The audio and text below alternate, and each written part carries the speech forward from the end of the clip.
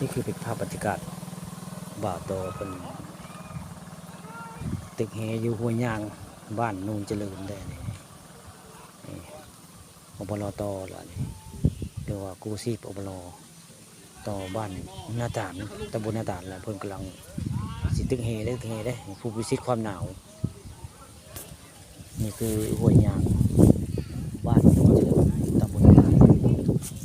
งานผ้าป่าประจำปีเพิ่นได้ปีนึงมีแต่นึงได้ห้วยยางบ้านนูนเจริญบรรยากาศขาคนหลายได้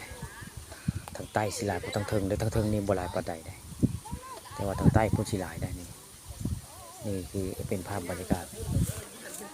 การผ่าป่าบ้านโนนเจริญและเส้นทางพุทธสถานภูด่านหลวงได้นี่คือทางไปภูด่านหลวงเลยลูกค้า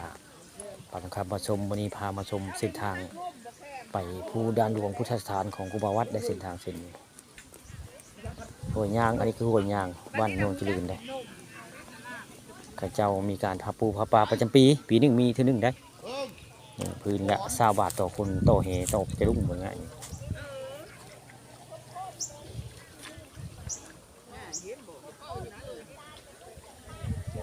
แต่รู้สึกว่าเรียบเงียบเหงาเนี่ยมันมีไผ่ได้ปลาในปีนี้การพาปลาหัวยางบ้านโนนเจริญนี่บรรยากาศก็เงียบเหงาเลยนี่เนื่องจากน้ำลายปลาบ่ถือได้หรือปลายังบ่เหงาบ่เนาะเบิ่งแล้วปลามันยังบ่เหงาสงสัย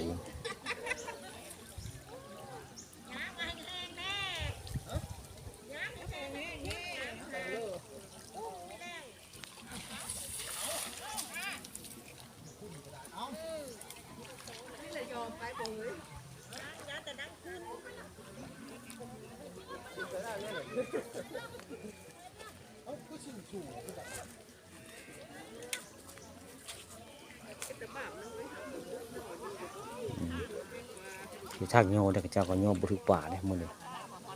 ป่าจักไปใส่ได้ป่าบ่ถือปกตินี่สิถือดีได้จะลุงอันนี้สมอยได้ยกไปสมอยได้งานพาปลาห้วยยางบ้านโนนเจริญปีนี้รู้สึกว่าเงียบเงาป่าบ่ถือได้แต่คนก็ยังบ่ดีได้ยังคิดว่ามีหวังสิได้ป่าตามเบิ่งบ่าโตเพิ่นไล่ป่าได้พุ่นบ่าโตเพิ่นไล่ป่าให้นอกคือจะรุ่งไม่ง่ายครับยังบ่มีปลาถึกอยู่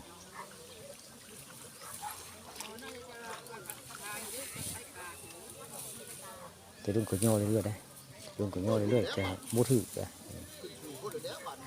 มาตัวเพิ่นกลัวเพิ่นหญ้าพังเปะพังนะ